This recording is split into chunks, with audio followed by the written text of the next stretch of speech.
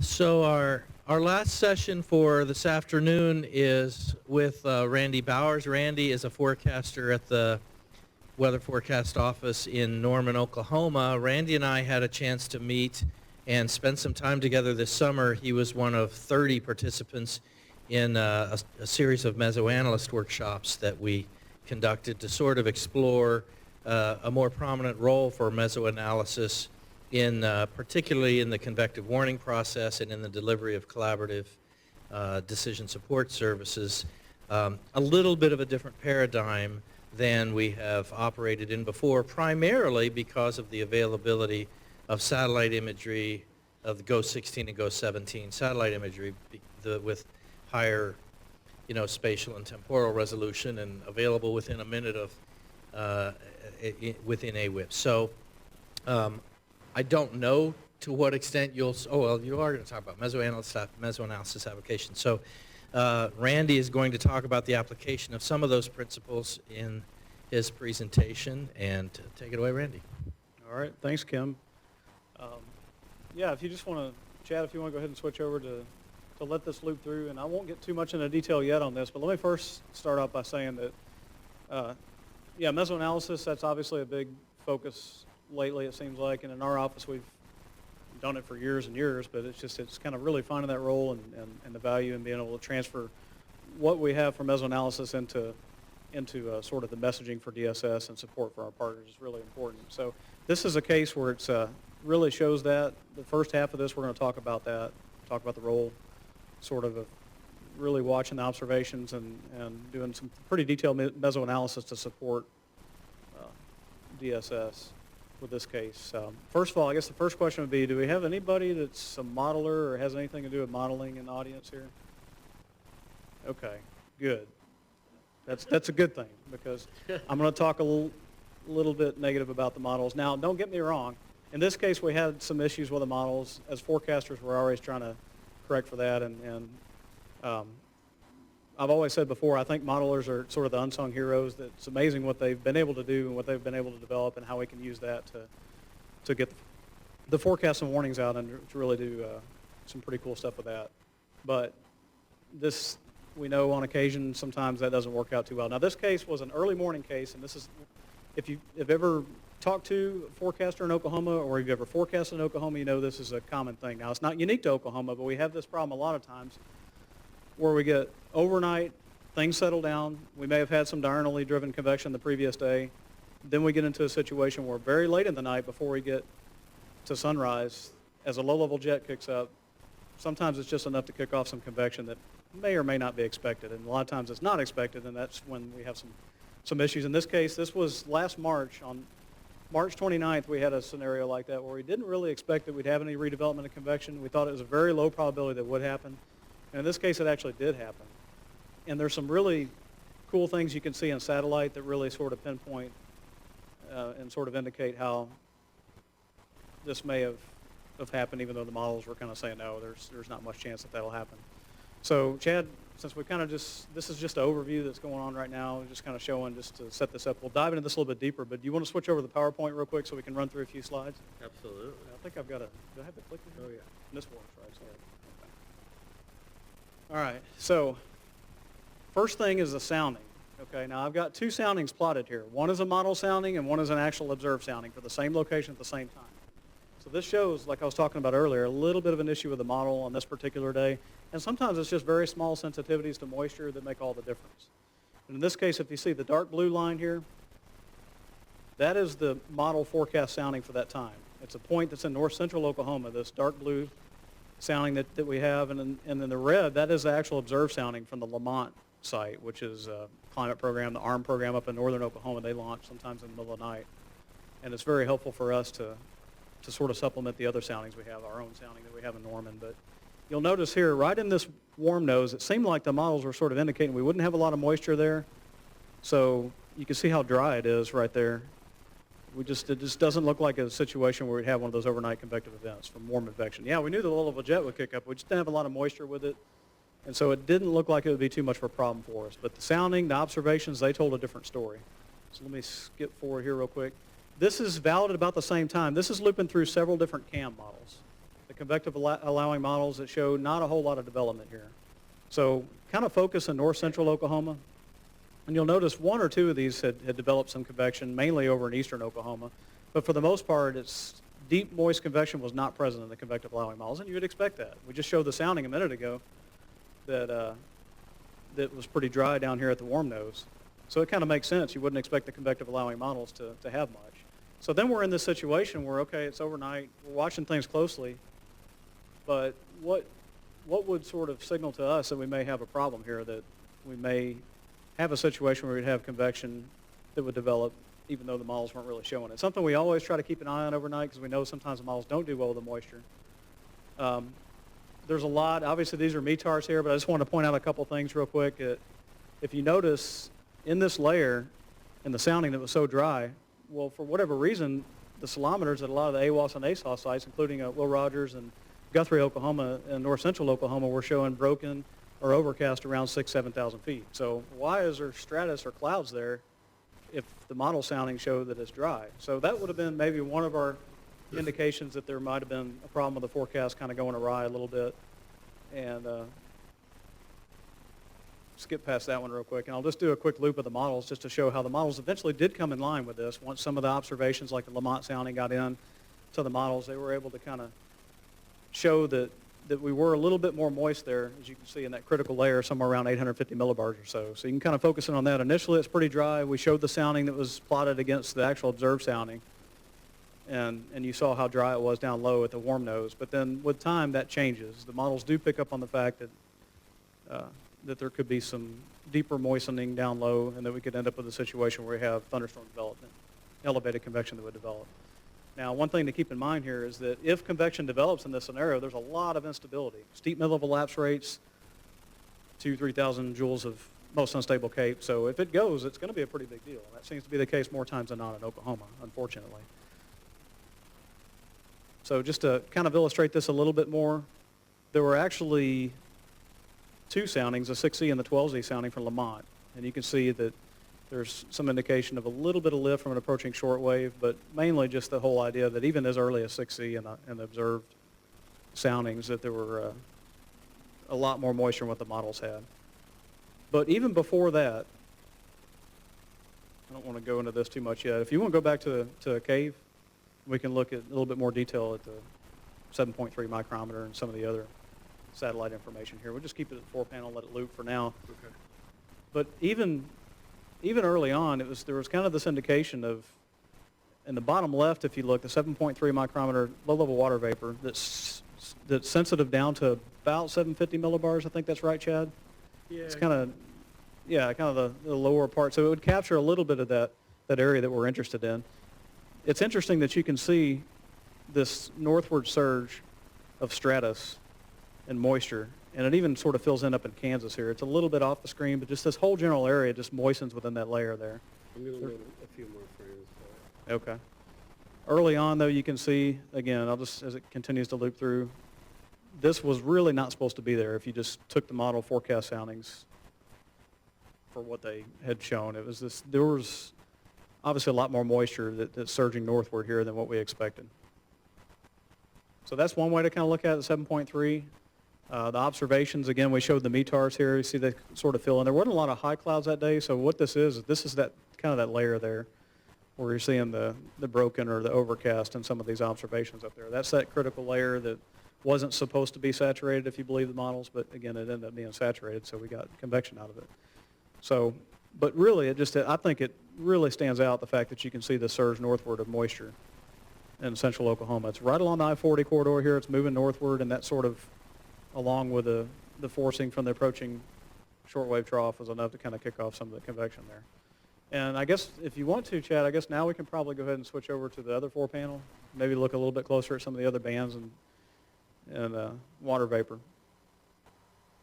And as that loops through, should be able to kind of see that not only the low-level moisture surge in the bottom left, the low-level water vapor, but also you'll see that the shortwave trough was pretty evident there too. There's kind of this drier area, a little substance behind that shortwave trough, which in the models too weren't very pronounced with that as well. They were a little bit weaker with the shortwave. It seemed like that based on some of the signal in the water vapor imagery that maybe that it was a little bit stronger than what the models had shown.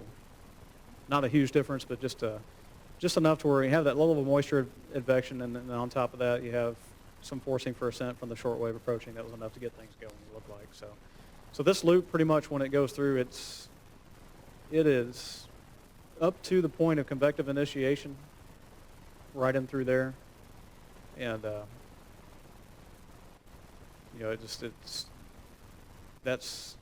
it was one of those things where this is probably, let's say, at 10:30 Z, so we're looking at before sunrise even, and now we're dealing with thunderstorms, and again, that unstable environment, we ended up with about 5 reports of golf ball size hail.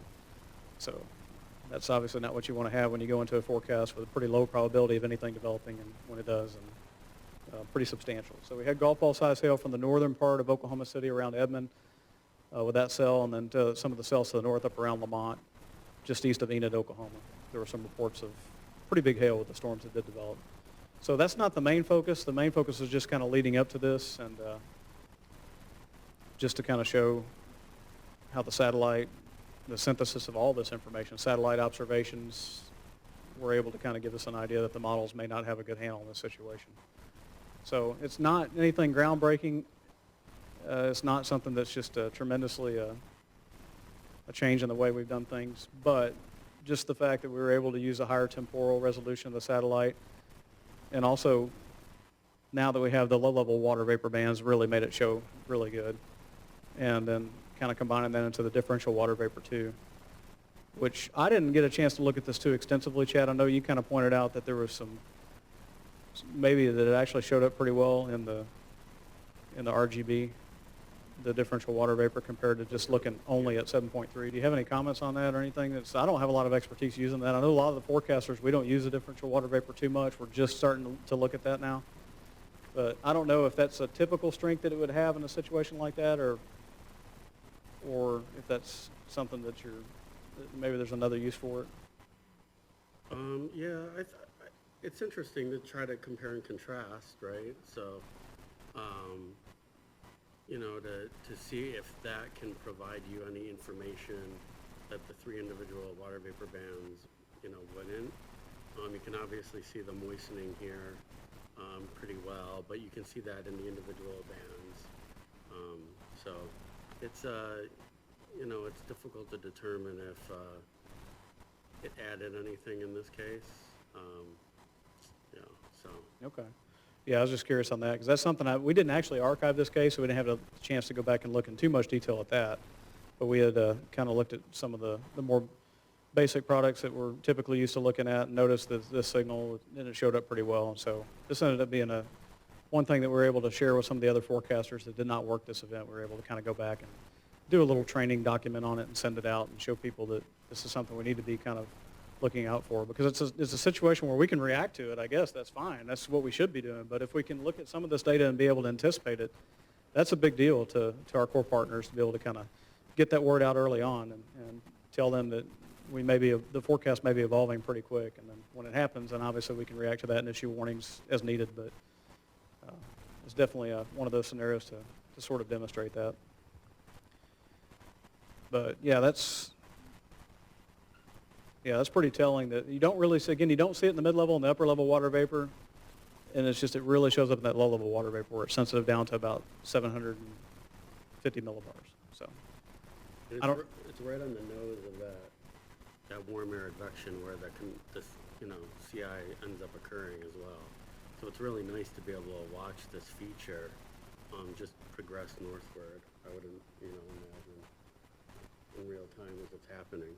Yeah, and sometimes that's hard to catch that. If you're in real-time operations and you're looking at all the observations and everything, and you're thinking, well, so if it is a situation we know we don't do so well from a forecast standpoint, warm advection, overnight, nocturnal convection, elevated like that, what can we look at? And that's an area that I personally think that it's good to try to focus on that and get everything we can from the satellite community. We have a lot of experts in this room that can help us out with that, hopefully.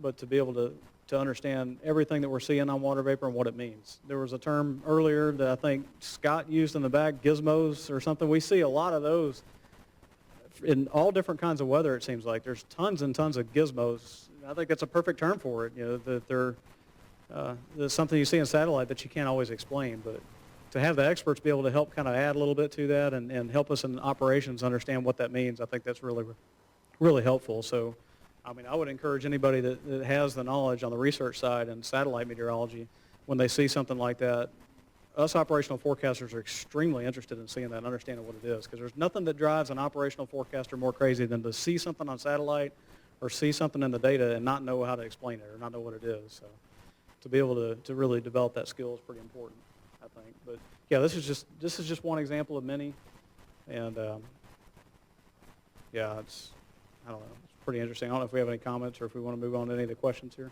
Yeah, we can do Q&A. All right, let's see here. Once you noticed discrepancies between model predictions and observations, how did you message those concerns and your confidence about convective development? Yeah, in this case, I did not actually work this event. I did talk with the forecasters, but I've been in this situation before where we've had this, and we've had to react to it pretty quickly. And that's a good question. I mean, that's one thing that we struggle with sometimes, but we got to be quick with it. Once we see something, we can't just say, oh, well, I don't know if what I'm seeing is actually legitimate, that we need to actually shift the forecast now. We need to have the skill to be able to interpret that and say, okay, it's time to take action on this. And, you know, we can update the grids, we can send messages through NWS chat and get the word out that way.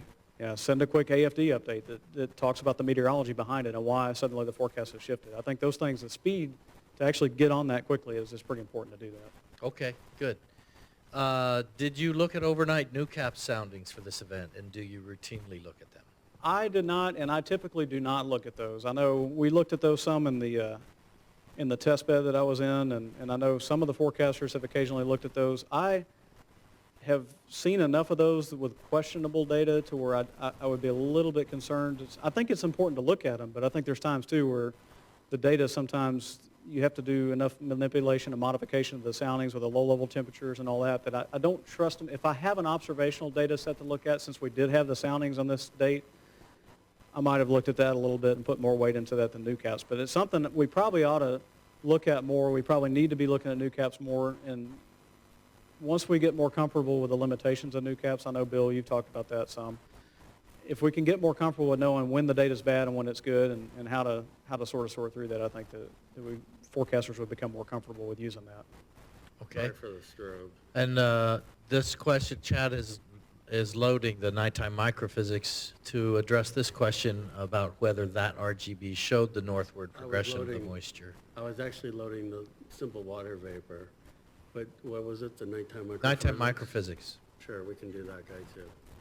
Yeah, I was hoping we could look at that. That's something that we haven't gone back and looked at with this specific case. I know we got a lot of benefit from similar cases of this, but we haven't looked at it in too much detail. But I was hoping that we could maybe discuss that some. The simple water vapor. Yeah, that's this one that was loaded. Yeah. It'll take a second for nighttime micro to load. So. Okay. So while we're waiting on that, and related to this comment Scott made that per Jeff Key, the Note 5 ABI ICE products are not available online, Steve Goodman did share a quick guide. Was that a NASA Sport quick guide, or is that where that came from, or just from the GOZAR Proving Ground? Okay. Related to those cryo products, and Amy is posting it to the workshop webpage.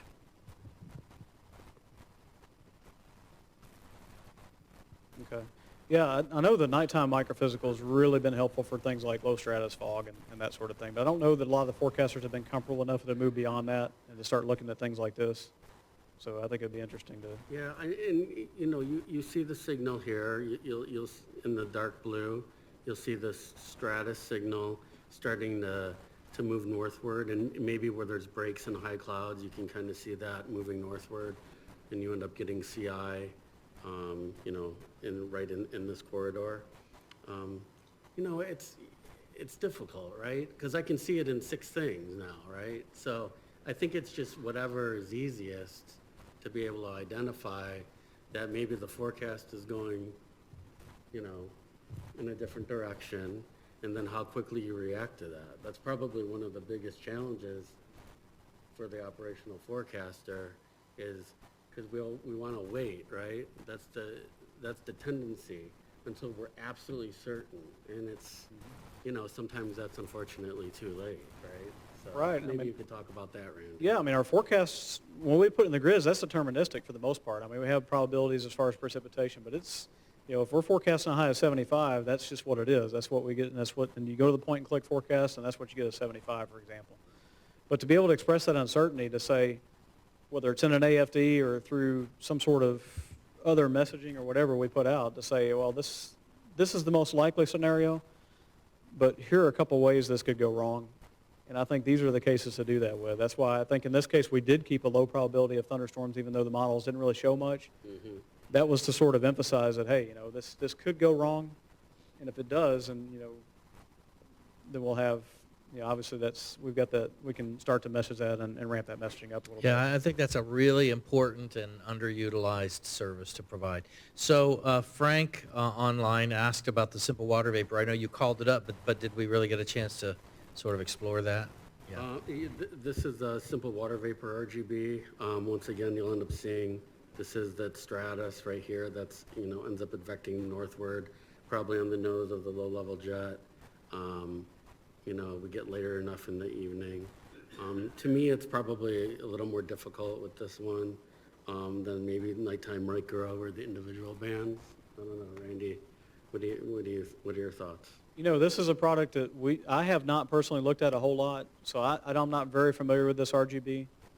But to me, I don't know. Maybe, I don't know if it's just the way the colors come together. And this was one thing that was interesting to me. I know that you guys talked about this earlier in one of the sessions, was modifying the RGBs. And that's something I've always been very scared to do. I don't want to touch it at all because I just don't have enough knowledge or experience with RGBs yet to confidently say, okay, well, I can tweak it this way and it'll show this.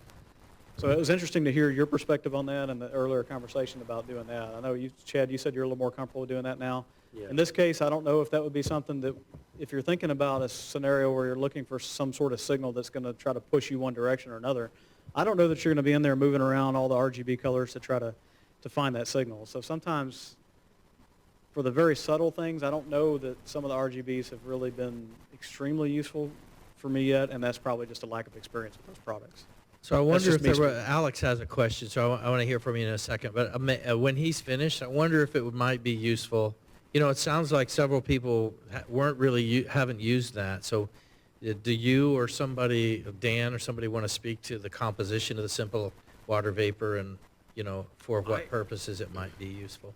I haven't used it much either. I mean, honestly, but it looks like, Looks like it's clean IR and yeah, upper level, lower level water vapor. Is that? yeah, Yeah. yep, that's exactly right. Yep. Okay. Alex, go ahead. So I've actually used that a decent amount at WPC. And if you go back to the simple water vapor, the one thing I was going to point out that stands out pretty well in it actually is the wave that's moving from the eastern Texas panhandle into western Oklahoma. You can see that drying on there pretty clearly. Sure. And that combined with the northward surge of moisture might actually be an important trend. Yeah. For the RGB itself, I think that the blues tend to indicate quote-unquote low-level water vapor. I mean, it's not low by the ground per se, but it's more of a mid-level. The green tends to highlight areas where you have high-level water vapor, and when you have the overlay of those, then you get more of a teal color. That tends to indicate a depth of moisture through multiple layers. So I use it quite a bit on the MetWatch desk at WPC. Okay.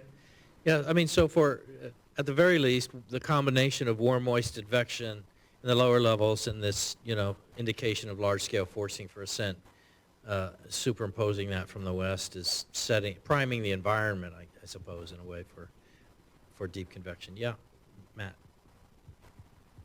Yeah, just a comment with regard to the composite options in the RGBs, and I kind of follow the same line of thinking as Chad. I was initially kind of resistant to it, and I thought, you know, I'm changing physically what the RGB is supposed to be telling me, but you know, I've come to appreciate what we're doing here. We're making small tweaks to the RGB. Not really large wholesale changes that really, make a significant change to the physical meaning. I kind of like, I know Kim has heard me say this before, I've done a little bit of astrophotography, and there's a strong parallel there where you're kind of stretching the color table and in an RGB for the red, green, and blue individually. When you shrink that min and max, you're stretching the color table and you're enhancing these subtle features. And at the end of the day, we have a mission to carry out, and if you can make adjustments to that RGB to enhance the feature that you're trying to message, then I say by all means, go for it and get that signal out of the imagery that you're needing. So it's like when I take a selfie and put a filter on to make me look 23, sort of, Exactly. right? No, bad joke. That's It's 4 o'clock, it's okay. it's good. Anybody else? Other questions for this segment? Okay, let's go on to the next block, Randy. All right. Chad, I think, I don't know, kind of the idea there, we can start to transition a little bit into the idea where we talk about radar and how radar kind of, or satellite kind of helps supplement some of the warning decisions. But let me just make one more kind of quick point. Did you want to go into the next case or this one? Well, let's just hang with this one for just a minute, and then we'll go kind of skip to do the Okay. 3 and 4 block, if that sounds good to you. Yep, We'll that just sounds do- great. I'll make just a couple more quick points. This case, for the most part, is just one example of the whole mesoanalysis idea that we talked about. And of course, had the honor of being able to participate in the mesoanalyst boot camp that a lot of the folks in this room had helped put together, and it's something I'm pretty passionate about and I believe about a lot. There are a lot of examples even beyond this that we've been able to see with satellite data. Satellite is sort of the foundation for that mesoanalysis and that weather watch and assessing the current state of the atmosphere, whether it's outflow boundaries or just looking at little patches of cumulus to sort of see the differences between one area and another. You can tell so much from satellite, and it's something that I think we're all as forecasters used to doing that, but to really sharpen that skill and be able to kind of develop that is very, very important to the decision support that we provide and the messaging that we put out there. Sometimes it's just as simple as saying, okay, we got a 20% chance of rain. We think some isolated thunderstorms will develop this afternoon. But to be able to put a little bit more to it and say something like, it looks like over Bryan and Atoka counties, the cumulus field's maturing a little bit more, and that we're sort of in this situation where we're seeing a few orphan animals, and we're going down the road of seeing maybe some convective initiation, and being able to put some specificity to that is pretty important. So I could go on and on about mesoanalysis, but this is just one example of that. And it's something I'm pretty passionate about, and I think that's something that a lot of people in the Weather Service have really sort of gravitated to as we move forward. That's the main thing I wanted to say about that. Now, we could go in here if you wanted to and kind of look a little bit more as this convection sort of matured a little bit. I don't want to I guess we don't have to spend too much time on this because we can go to some better cases that illustrate this better. Sure. But we can probably just kind of make the point that once the convection really got to going, some of the brightness temperatures in the IR satellite and the overshooting tops really started to show up. In a case, this is one case, the couple cases we'll talk about coming up were similar in this. Some of the older criteria in radar that we typically use, like 50 dBz heights, how deep the 50 dBz layer is above the freezing level, and things like 60 dBz at the minus 20 from a radar standpoint to assess the potential for hail. These were cases where there's a little bit challenging. I know in this case I'm talking to the warning forecaster, and the first couple of golf ball size hail reports that we had in Edmond, the radar data was sort of just a little bit below threshold of what we'd expected for having hail that large. And so it was one of those things where there's some uncertainty with it, but there may have been some pieces of information we could have got out of satellite here. So we can probably, again, there's a better case that we can show than this one, I think. But just to kind of touch on that is what we'll probably talk about for the second half of this is this idea that there's information in the satellite, not just brightness temperature spikes, but other aspects of satellite and RGBs that a lot of our forecasters have started to gravitate to and started to really focus on for supplementing the radar data. And a big part of that is if you think about the radar, now we've got sails. We're worried about low-level mesocyclone trends and things like that. Well, that's taken away from some of the higher tilts in the radar. We don't get as many tilts in the upper part of the storm that we got, say, when we didn't run sails at all. So sometimes now it's 4, 5, 6, 7 minutes, we'll show some examples of that, how we may go without having information for the storm top, whereas we have it in 1 minute increment now. So that's the consistency of the spatial resolution. We don't have to deal with beam broadening and all the issues that even Bill kind of talked about in his presentation, limited radar coverage. The consistency with the spatial coverage and also the temporal detail. We got a lot more temporal detail. We get updates every minute. So there's a lot to be seen from that.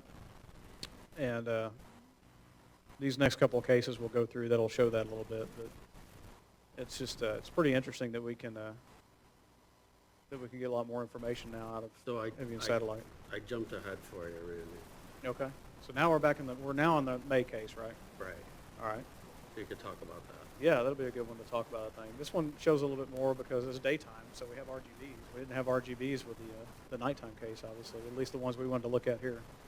So I don't know. Sometimes I just end up starting off with very simple. What is the IR doing?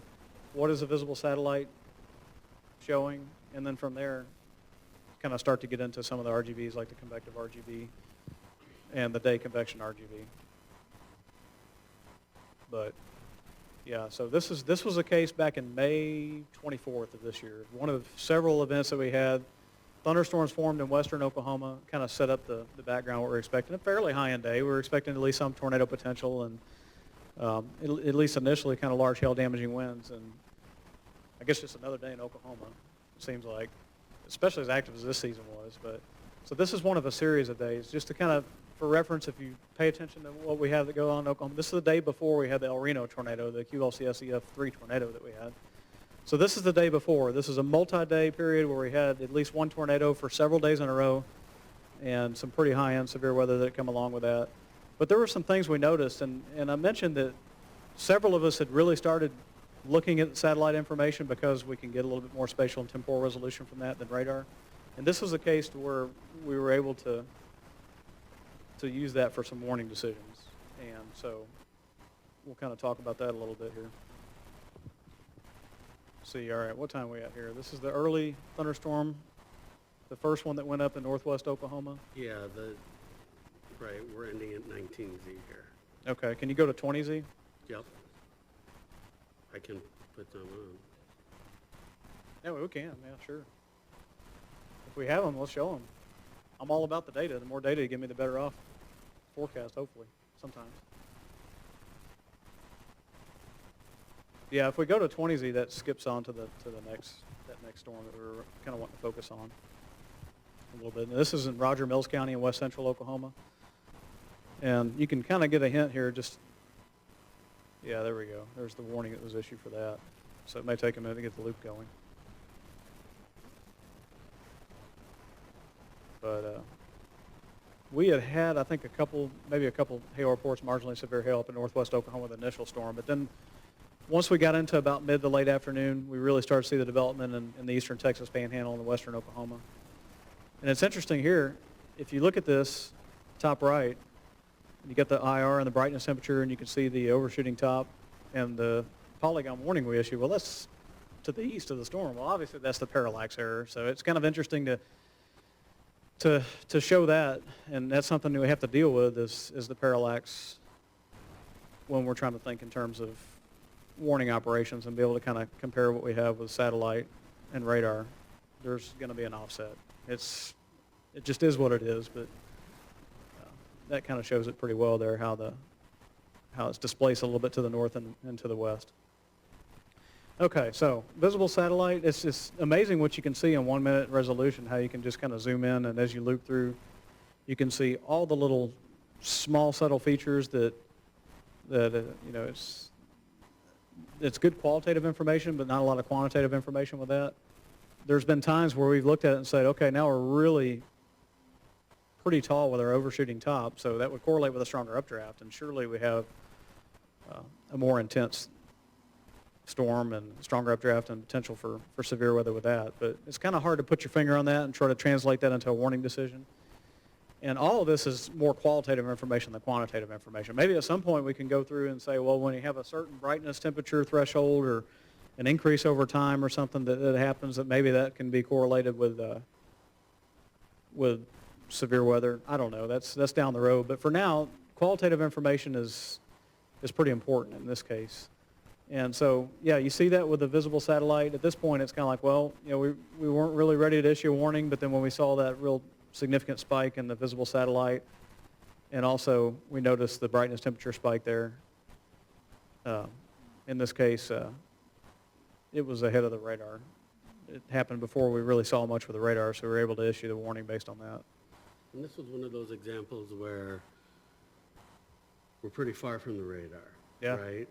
Were you in sales at this point, do you remember? I think in this case, we were actually looking at the Amarillo radar more with this one because it is a little bit closer.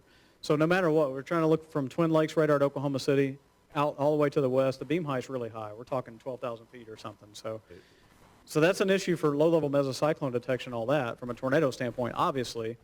But even from a storm top standpoint, I mean, you're dealing with a broader beam and a lot of limitations trying to look at a storm that far away. Vance Air Force Base radar is a little bit closer, but it didn't really help us too much in this case.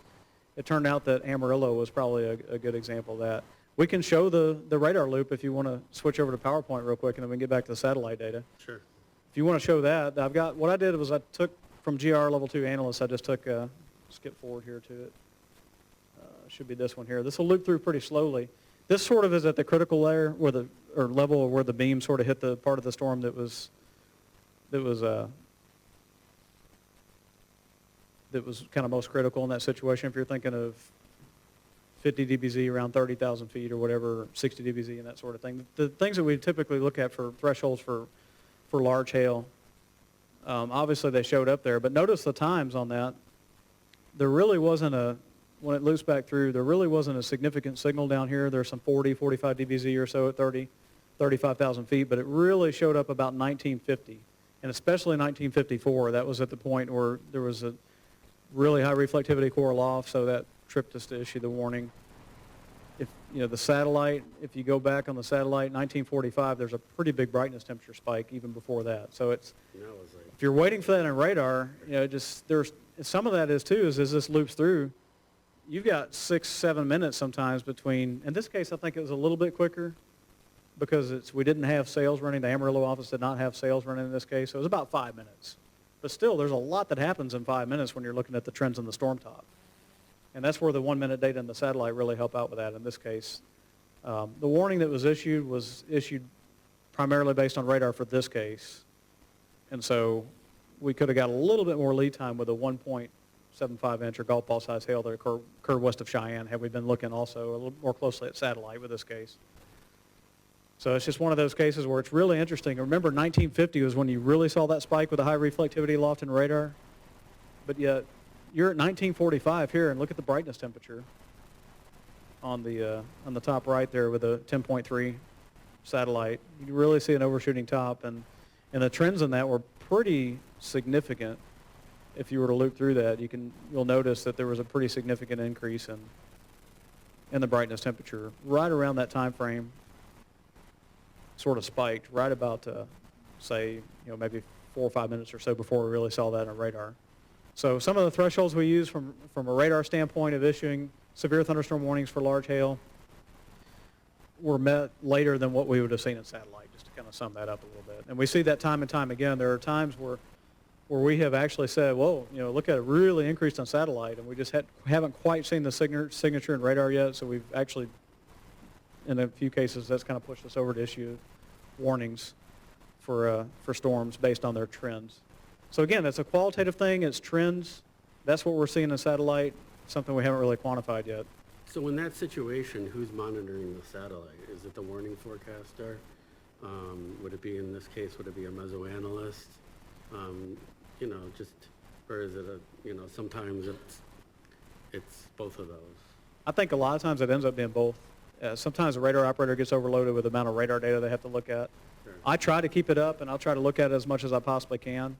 But there are times where somebody that's sort of a secondary set of eyes to the radar operator would be looking at that. I guess it would be potentially a good role for the mesoanalyst too. You get into a situation where we got a good handle on the environment, they should be looking or could be looking at that sort of information as well, saying, hey, you got a pretty big spike in brightness temperature here. Did you guys notice anything in the radar? The communication that goes on in operations is pretty amazing, actually. If you've never had a chance to be in operations in the National Weather Service and see that that level of focus that the forecasters get into in warning operations and that level of communications that happens. Sometimes it's sort of innovated on the fly a little bit. Sometimes it ends up being more of a team effort where that information is passed along.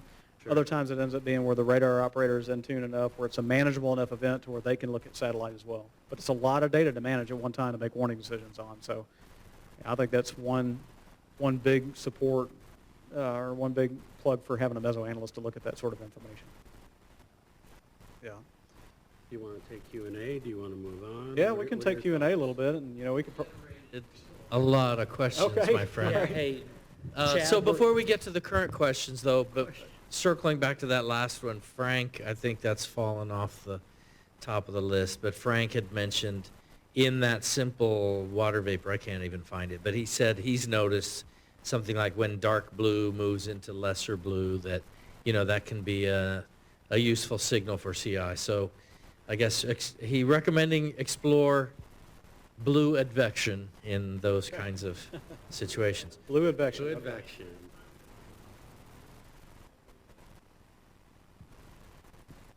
I think it's just moisture, right? Isn't it? I think it's Since where Alex was saying that it's kind of the low-level moisture For that really moisture. is sensitive. Go ahead. Yeah, I mean, if you have the light blue or cyan color moving into areas that seem to be drier, I mean, you're going to be getting deeper moisture advecting into a certain Yeah. area.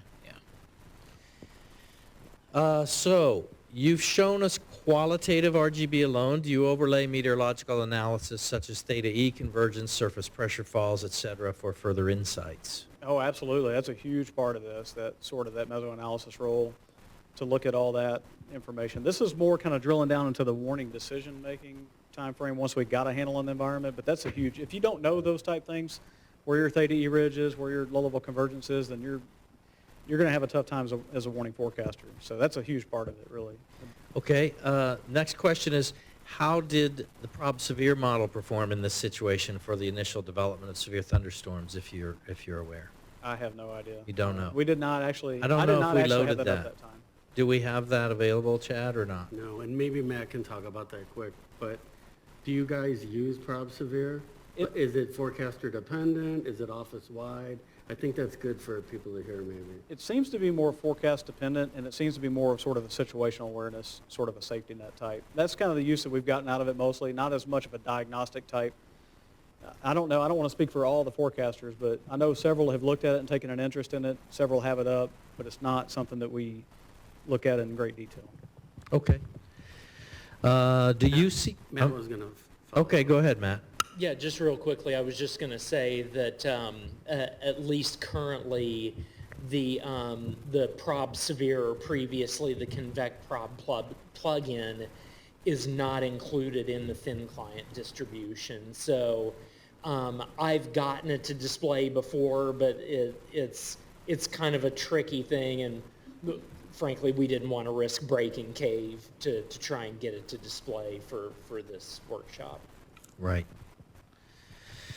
Okay, do you see value in diagnosing a rotating exposed updraft in visible satellite imagery?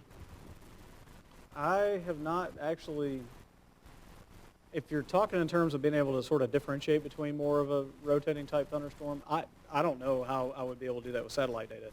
But there was a case that we had earlier this year where we didn't have good radar coverage in southeast Oklahoma, where some of the brightness temperature spikes, along with the velocity data for like the mid-level mesocyclone, the two of those two components, that information was very useful. Yeah.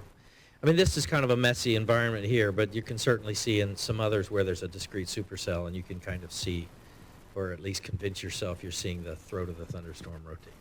Yeah. So I think I'm going to repeat this question, says Jim L. Randy, how do you handle parallax, and would an AWIPS 2 tool be handy? I don't know. I know, Bill, we explored that some in the test bed one time, and I think the general consensus was that we'd rather have the data in raw form, or I don't know if that's the right term, but just to give me the data, and I'll use my mind to sort of correct for it. It seems to be the mode that a lot of forecasters fall into. We're kind of used to doing that, and it's kind of hard to break from that. So I don't know how useful it would be, honestly. Maybe potentially if it were fine-tuned just right, but I know me as a forecaster, I'm pretty comfortable knowing my limitations and knowing how to correct for that, as long as I have radar to compare to. Right, and I mean, we talked about this morning. Since parallax is a function of latitude, longitude, and altitude of the feature, until you could, if it's automated, that's going to introduce more errors. And I know in the experiment when you had, lightning and radar and satellite features in 3 different locations, it just created confusion. So unless you could demonstrate that you can adjust, for all 3 of those factors, I don't see any future. Yeah, I know that's something that Chad and I have always talked about. I always like to have, at least one panel up that has satellite and one of the, usually Earth networks, one of the ground-based lightning networks paired together. So that way, that helps you make that mental correction, because you have something that's, that's ground relative, and then you can kind of see, very clearly what the parallax shift is really doing. Yeah, that's what I always do. I always use a ground-based lightning network, total lightning plots, because it's so unobstructive, right? They're little squares, and it's just, that's where the lightning is, and that's where the updraft is. You know what I mean? That's what I always recommend people to try, at least initially. Yeah. Fairness, I've had some trouble too if you have a lot of convection that develops in one area, like a cluster of storms, to try to figure out which of those within a multi-cell cluster Sure, maybe. that's challenging. That's probably the biggest Yeah. challenge, but I don't know how you. Hey, Randy, Yeah. this is Jim. I just wanted to elaborate on the parallax question. I was not intending to say to alter the imagery or anything like that. There are a lot of different options we could do to make it pretty quick, where you could maybe adjust the height, and just see where maybe there's a ghost cursor or something like that could point out the location at ground depending on whatever height you slide it to or something like that. So Oh, I see. not intending to alter anything that you're looking at. Everything can appear, but just something that can enhance your information. Yeah, we should Yeah. look at that. Yeah, I misunderstood the question. That makes more sense.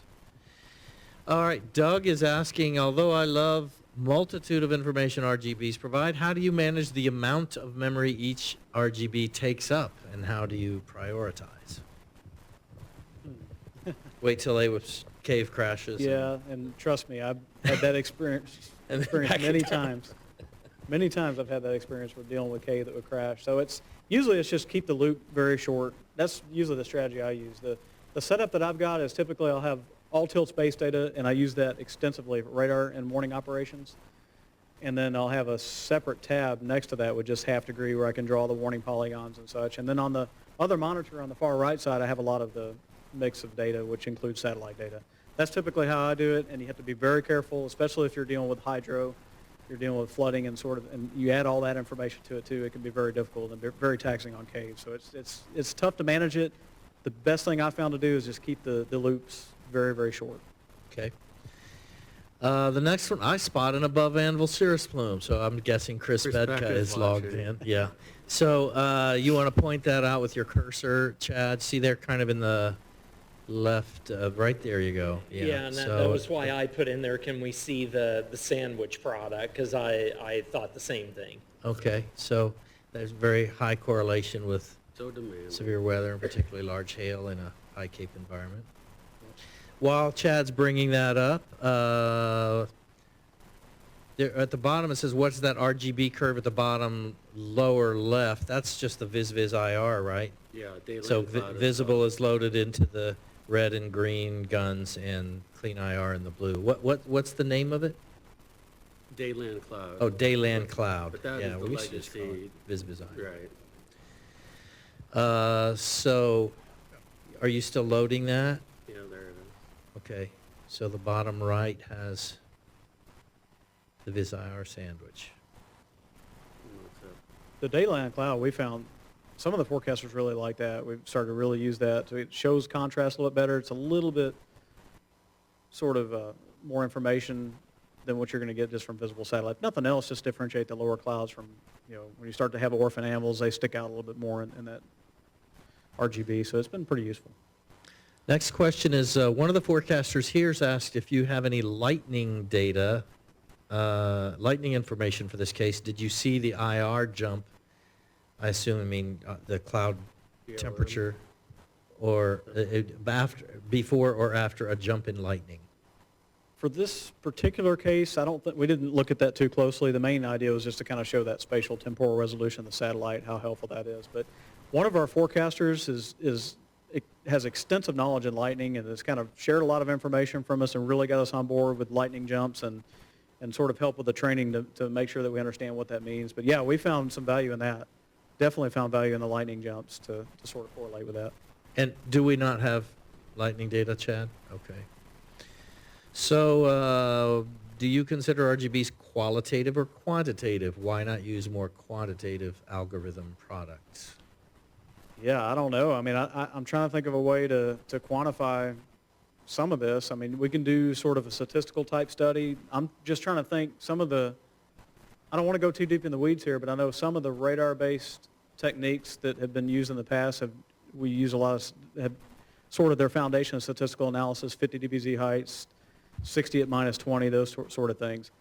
I don't see why we couldn't explore something a little bit more quantitative with this. I don't know, offhand, I don't know the perfect method to kind of go forward with that, but I know Alex Wink at my office has talked to me about maybe doing something like that where we can go in and say, okay, if we see a certain amount of increase in brightness temperature over time, what does that mean? Is there something quantitative there that's beyond qualitative? Maybe there is, hopefully. Okay. How does OUN, the Norman office, or specifically you, I guess, where did they, use the day convection RGB during convective events? Have you found it to be useful or more useful than others? Yeah, this is bottom left one. Yeah, I think the main thing there is this, the biggest thing I think that really sticks out to us is, well, there's two things, I think. One is it seems like the contrast is a little bit more defined than just looking at visible satellite if you see top left versus the bottom left there.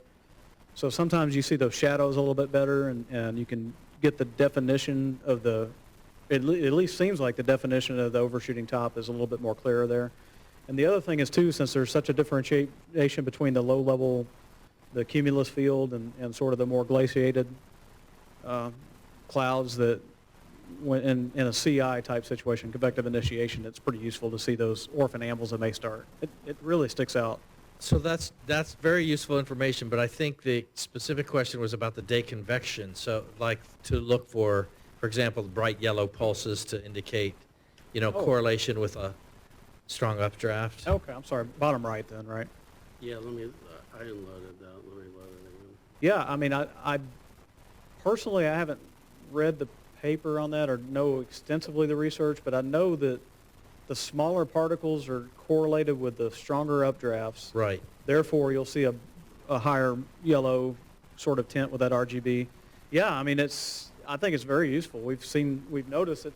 The question I have with that is false alarm. I don't know how much of a false alarm rate that has or if the research has sort of indicated that. Do we see it more than what we see for actual severe events? I don't know. That's something that we haven't looked at in too much detail yet, but it's something that shows up so often that kind of makes me wonder if maybe it's more common than, say, severe thunderstorm events.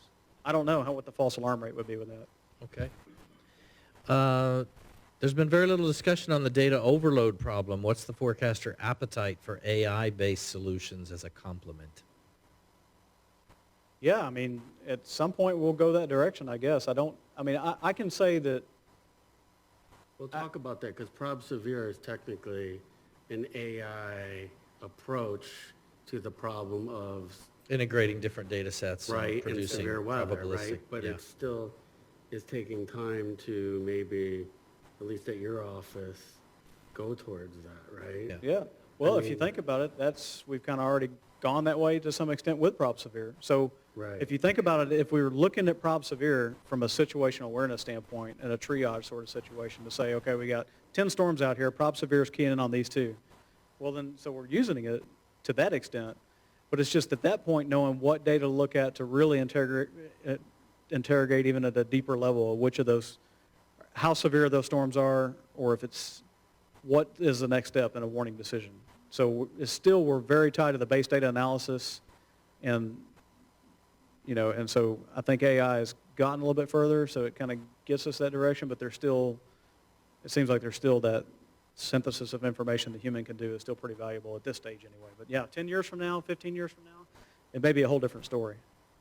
Next question is, well, it keeps getting popped up and then back down. So let me just address that. Do you routinely display AWIP satellite loops on the large situation awareness screens in ops? We don't typically, Todd, I don't think we do that too often with using our situational awareness. There's so much other data, Mesonet data and all, that seems to be a little bit better fit for SA. But if you have any other opinions or ideas to say on that, Todd, I'll let you speak to that. I'll put you on the spot, Todd. Fantastic. Thanks, Randy. We would love to, but we actually lost the ability to stream live AWIPs on the video monitor. Now I think we have a troubleshoot around it, but it's cumbersome, so we don't do it in operations frequently. Okay. Are there times when you don't see it in radar and are issuing because of the satellite signal? Is this mostly for storms far from the radar? I have not done that personally. I don't think we're quite there yet with that, but I think it's supplemented the satellite or the radar information to where, well, let me back up and say that if we're going the right direction with the radar and we're close on criteria, there's been a few times where the satellite has spiked in brightness temperature. There's some indication of satellite that we got before we got another radar cut. And yeah, I've issued a couple warnings based on that before. So it's happened, but it's not exclusively based on satellite. In other words, there's still, we can't distance ourselves from radar too much yet at this point. Sure. Can we use the follow feature tool to see this or these storms? No. Okay. I just don't want to go there, so. Can you tell if there's a supercell just by looking at satellite imagery? Well, that's a good question. Well, we should be doing our environmental analysis, right? So if the mesoanalysis is there and we know it's a good environment, then hey, there's a storm, then yeah, maybe. That would have been my answer as well. Can you bring up the day cloud phase distinction RGB? This would also show glaciation of the cube. I think Todd's got something to say back there too, so we will let him jump in. Go ahead, Todd. Sorry, Kim. Yeah, I just wanted to follow up on, have you used the satellite alone over radar for warning? I think we might have once or twice this season in flash flood warnings. So, not severe hail or tornadoes, but we did see some signals of, cooling cloud top temperatures that were kind of ahead of the precipitation cores in flash flood prone areas that we were able to trigger on this year. So take it a little out of the hail and wind and tornado realm. I will say, maybe not for warning operations for issuing the warning, but satellite can also be really helpful when you're on the fence of trying to decide if you want to cancel a warning or if you want to extend it. Because if the storm's still rooted in the boundary layer or you're seeing more cooling, that can also help you pull the trigger one way, either to cancel or extend. Sure, yeah, absolutely. Mm-hmm. Okay. Any other questions or discussion from the room? Go ahead, Carl. I've actually got a question going. It kind of looks like the brightest values coming out of that might be a little bit up shear on the up shear of the anvil, not the actual updraft itself. Right. Do you think that has any correlation on updraft strength? Well, yeah, right. So there's a lot of you can see how the visible is really hazy here. I would think it's like an old maybe pulse, that maybe ice crystals followed by a secondary pulse. But you're right. The overshooting top, the smallest ice crystals are not co-located with that, right? And this is more of this. Yeah, it's more. It's probably an old pulse like that guy, that's kind of thrown ice crystals downstream, and that's highly reflective, and that's where you end up getting it. I would kind of agree with that, Bill.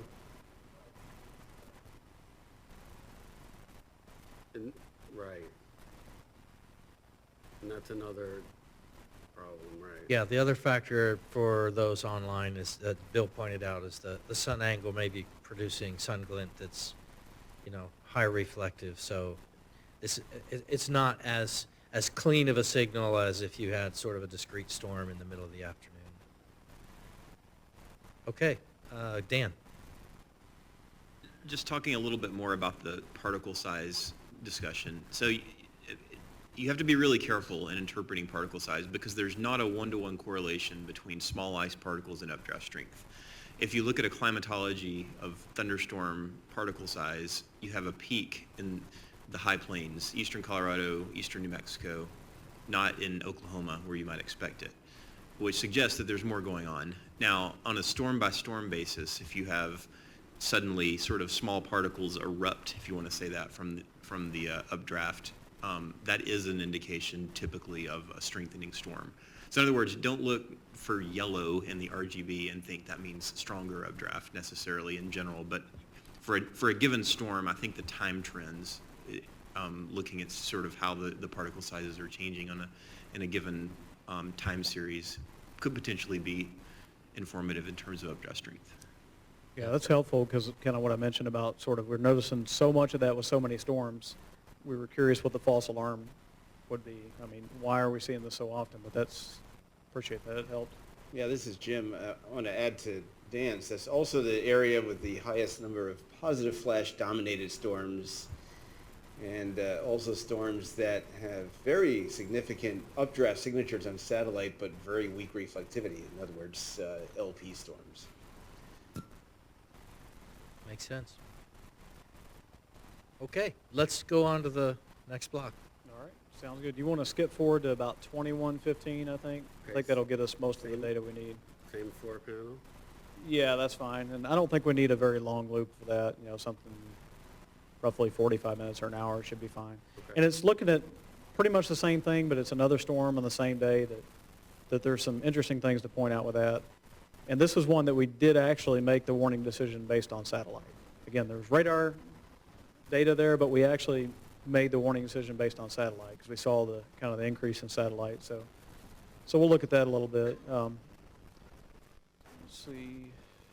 It'll take a second to load. Okay. Well, you want to go to the PowerPoint for now while that loads, or Yep. we can do that because there's a couple things to show in there. All right. This is a NWS chat that we put out, and I think initially we sort of overplayed a little bit of the storm top divergence trend that we saw in radar. But this next line is pretty key. We were telling our core partners in NWS chat that there's an upward trend on satellite, and that was kind of helped make the warning decision. That was something we really want to kind of highlight to explain. We try to put as much science and reasoning into NWS chat to our core partners. A lot of our emergency managers and our TV meteorologists are obviously pretty adept at meteorology and these warning decisions. So they love for us to be able to sort of explain why we're issuing these warnings and what goes into the warning decisions. And this was a good example of how we were able to say, hey, satellite was a huge part of this warning decision. And I probably could have worded it a little bit better to really sort of emphasize how it was a more significant part of the warning decision than what it shows there. But it's one example to show how we were able to do that. And then here's from the advanced radar. This is the storm we're looking at. Again, this isn't the low-level reflectivity. This is a higher up, the reflectivity aloft. We would typically be looking, this is generally hitting the storm somewhere around 35,000 feet. That day, if you're seeing 50 dBz up to that height, you're probably in warning territory, and you'd probably want to issue a warning. A fairly sizable 50 dBz core typically is a good threshold in this case. We had just a little bit there, and it was a little below our thresholds for where we typically issue a warning. But we went ahead and issued the warning anyway based on this trend in satellite. So this was a day to where Fairview ended up getting, I believe, around quarter-size hail. I don't know specifically. There may have been some larger hail just southwest or just north of Fairview. It's a pretty rural area, so we don't have a good handle on exactly how extensive the large hail was in this particular storm. But it was interesting that even though the radar data didn't initially support the warning decision totally, that it was augmented by the fact that we had some indications in satellite, which we'll show in just a second. We still had enough confidence based on the satellite to go ahead and issue that warning. And then later on, we had some pretty extensive high reflectivity aloft that gave higher confidence to some pretty big hail northeast of Fairview. But again, this illustrates, if you watch the time here, each of these volume scans, we're dealing with 2120 to 2125 and a half to 27. It's just, you've got at least 6 minutes or so between cuts. So the satellite really helped fill in that information. We were able to get that information pretty rapidly to say, okay, we've got a trend that we need to act on now based on satellite. So I don't know if we maybe load it up now, Chad. We may be able to switch back and kind of do some analysis on that. I don't really have anything too earth-shattering or groundbreaking with this storm. It is the one down the northeast, kind of that one right there, yeah, where you got the cursor. That's that one, yeah. So you can see that there's just, the brightness temperature early on is pretty high, but there's a couple distinct pulses in there, and some really cold temperatures relative in the 10.3 on the top right. So in simplistic terms, just looking at 10.3, there's a pretty good signal there that there's an upward trend, and that's what we acted on for this warning decision. But yeah, visible satellite, you can see the same in there. What we already talked about with the Roger Mills County storm earlier, very, very similar there, where the overshooting top had more definition. You see it in the bottom left too. And then I'd be curious maybe to hear your perspective on the bottom right with the yellows that kind of, I don't know if this is a good example of it, but it is coincident. It seemed like those higher spikes in the brightness temperature that you did see that increase in yellow there that may have been an indication of the smaller particles and the stronger updraft. I don't know if that's a good case or not to sort of illustrate. I just don't have a lot of experience with that product.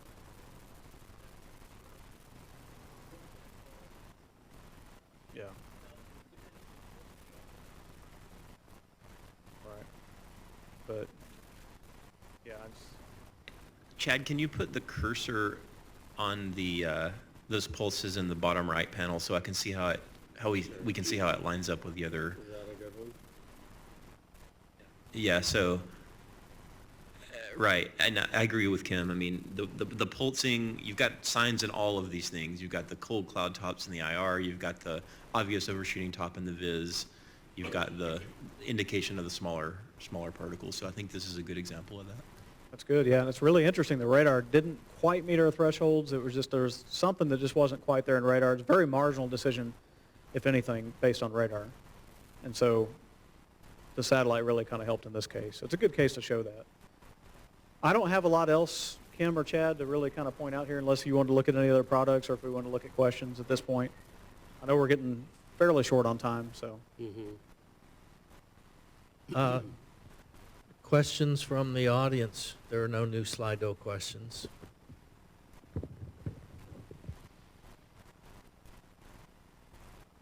No? All right. Well, it was a great discussion. You stimulated lots of questions in your first, and I think people are now just sort of overwhelmed.